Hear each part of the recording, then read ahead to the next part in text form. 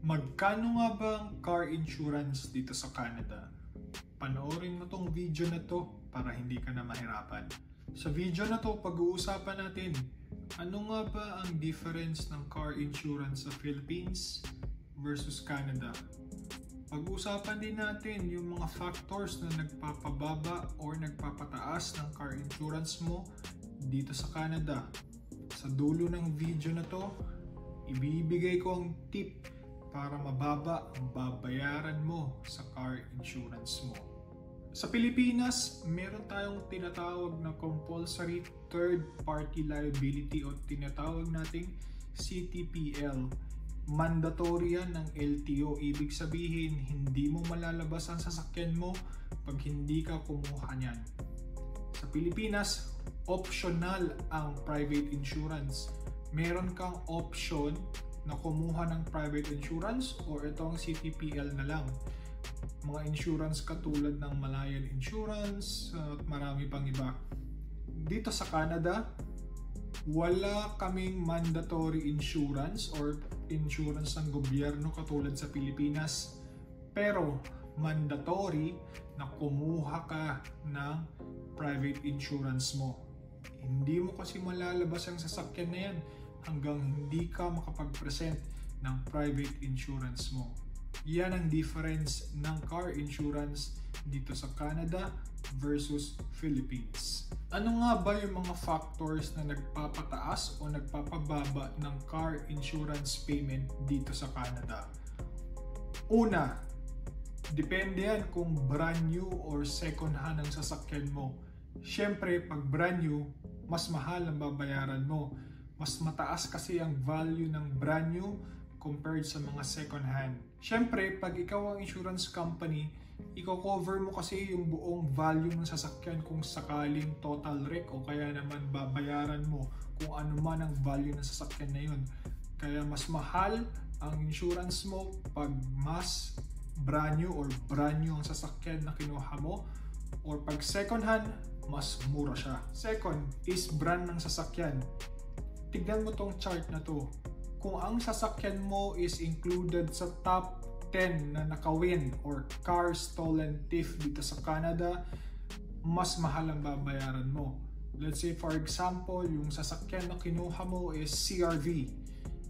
Okay, i-compare natin yung CRV versus sa iba pang sasakyan.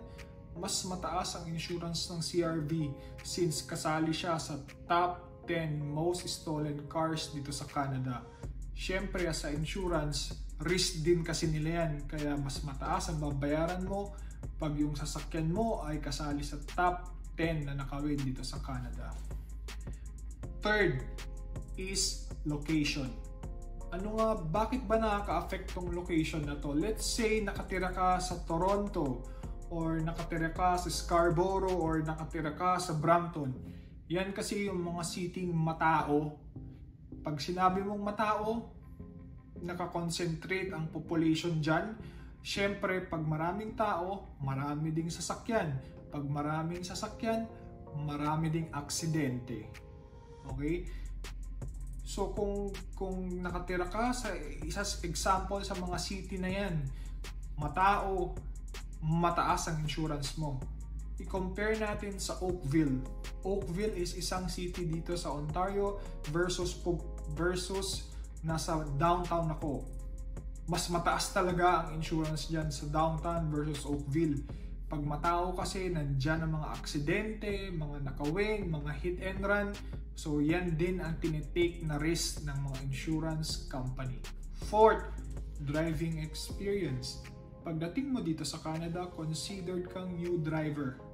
Ibig sabihin, kahit may 10 or 20 years kang driving experience, considered ka pa rin new driver dito sa Canada. So most likely, ang insurance mo medyo mataas. Okay? Kung ikaw naman ay born Canadian or permanent resident na o lumaki ka dito sa Canada, pag zero driving experience ka pa or nasa 18 and above or 18, 19, 20, mataas ang insurance mo. Wala ka pa kasing driving experience dito sa Canada. Fifth, is yung age mo. Alam naman natin, pag mas bata, mas mabilis talaga silang magpatakbo or mas aggressive silang magpatakbo. Gusto kasi nila yung feeling na rush or tinatawag, or gusto nila talaga mabibilis ang sasakyan. So, kino-consider din yan ng amount ng insurance mo. Kung mas bata ka, mas malaki ang babayaran mo kasi nga yung risk na magpatakbo ka ng mabilis. Pag tumatanda ka na or nasa age ka na nasa 30 plus, syempre mas mura ang insurance niyan kasi nga pag matanda ka na, hindi mo na priority ang magpatakbo ng mabilis. Talagang priority mo is makarating lang sa point A and point B. 6 is yung sex mo. Ibig sabihin, male and female. Dito kasi sa Canada, mas mahal ang insurance pag ang ginawa mong primary driver is yung male or yung husband. Okay? Mas mababa ang insurance ng mga female dito. Yan din ang nagtataka ako nung pumunta kami dito. Bakit ganun? Kasi daw, ang sabi ng tito ko, pag male kasi, maraming bisyo yan. Like drinking, drugs, at iba pang masasamang bisyo. Prone sila sa mga speeding, sa mga iba pang mga aksidente. Ang babae daw, wala. Hindi sila ganun kabisyo dito. So, kino-consider din ng insurance na mas risky mag-drive ang mga lalaki versus sa babae. Okay. Ito ang tip ko sa'yo pag kukuha ka ng car insurance dito sa Canada. Una mong gawin is maghanap ka ng broker. Broker kasi sila yung magko-connect sa'yo sa mga insurances. Huwag kang pumunta directly sa mga bangko. Mas mahal kasi ang insurance pag direct kang pumunta sa, let's say for example TD Insurance or iba pang insurance. Pag direct, mas mahal. Maghanap ka ng broker. Ito pala yung broker namin, so sila ang naghahanap ng best deal para mas mura ang insurance mo. Isa pang advice ko sa'yo is kung sino ang G ang license, yun ang gawin mong primary driver. Mas mura kasi ang insurance pag yung license mo is G compared to G2. Isa pang tip na pwede kong i-share sa'yo, gawin mong primary driver ang wife mo. Okay, so ang galawan mo dapat, kumuha ka ng broker, pag yung asawa mo, G na, siya ang gawin mong primary driver, female pa, mas mura ang insurance mo yan. Isa pang tip na pwede kong i-share, as much as possible, huwag kang tumira sa crowded na area. Most likely kasi pag dumating ka dito sa Ontario, ang gusto mo is sa Brampton lang, Mississauga, Scarborough.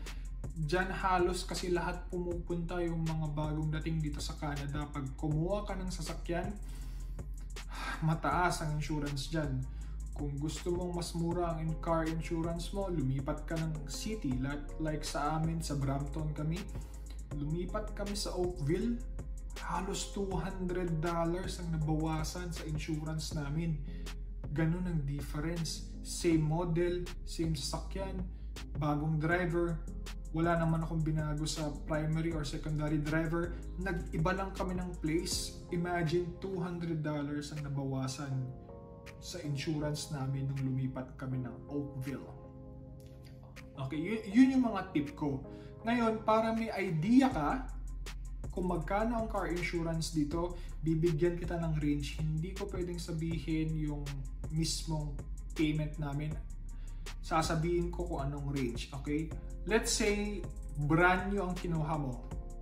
Tapos, yung sasakyan mo is nasa top 10 na nakawin. Let's say, syempre, CRV. Magandang uri yun, CRV. And then, ang location mo is sa mataong lugar. Wala ka pang driving experience, nasa 30 plus ka, and then male ka, insurance mo niyan is nasa around $400 to $500 a month. Sa Pilipinas kasi pag nagbayad ka ng insurance, 1 year, di ba? Naalala ko nung kumuha kami ng sasakyan dun, yung depende din kasi sa price ng sasakyan. Pero ang naalala ko, ang bayad namin nun is around 33 to 35,000 pesos a year. dito sa Canada yung 500. Sabi, isarado na natin, let's say, sarado na natin 500. Per month yan. Per month po yan. So, ibig sabihin, 500, around mga $500, 20,000 a month. So, in 1 year, tignan natin, around 1 year, average natin 500 ang insurance mo. Around 1 year, nagbabayad ka ng at least 200,000 pa sa car insurance. Okay, ganyan kamahal ang car insurance dito sa Canada. So, pagpunta mo dito sa Canada, panoorin mo tong video na to, tignan mo yung tip ko, para makakuha ka ng mas murang deal o mas murang bayarin in terms of car insurance. Peace.